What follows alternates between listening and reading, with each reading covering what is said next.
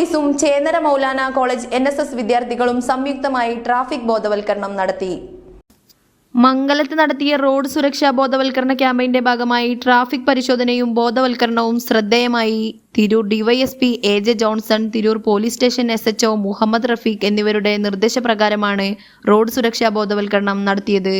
ബുധനാഴ്ച രാവിലെ പുറത്തൂർ ഗ്രാമപഞ്ചായത്തിലെ മംഗലം ടൗണിലും മറ്റുമാണ് പരിശോധന നടന്നത്. സംസ്ഥാന പോലീസ് ജനങ്ങൾക്കിടയിൽ ട്രാഫിക് സുരക്ഷാ ബോധം വളർത്തുന്നതിനും അപകടങ്ങൾ കുറയ്ക്കുന്നതിനുമായാണ് ബോധവൽക്കരണവുമായി രംഗത്തെത്തിയത്.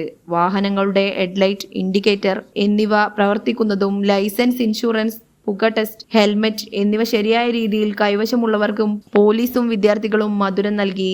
അമിത വേഗത, ഇരുചക്രവാഹനത്തിൽ കൂടുതൽ പേരുമായി പാതയിലൂടെ പോകുന്ന യാത്രികർക്ക് സുരക്ഷാ നിർദ്ദേശങ്ങൾ പങ്കുവച്ച് ലൈറ്റുകൾ പ്രവർത്തിച്ചില്ലെങ്കിൽ ഉണ്ടാകാവുന്ന അപകട സാധ്യതകളെക്കുറിച്ചും പോലീസ് ബോധവൽക്കരണം നടത്തി.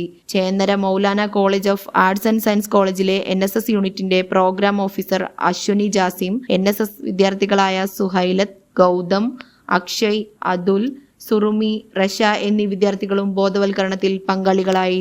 വാഹന പരിശോധനയിലും ബോധവൽക്കരണ പരിപാടിയിലും Tirur police sub inspector Naseer Tirurkkad പരിശോധനയ്ക്ക് നേതൃത്വം നൽകി. തുടർ ദിവസങ്ങളിൽ കൂടുതൽ സ്ഥലങ്ങളിൽ പരിശോധന തുടരുമെന്ന് തിരൂർ പോലീസ് അറിയിച്ചു. ന്യൂസ് 99 തിരൂർ. ഓരോ മുഹൂർത്തങ്ങൾക്കും അതിൻ്റെതായ സന്തോഷങ്ങളുണ്ട്.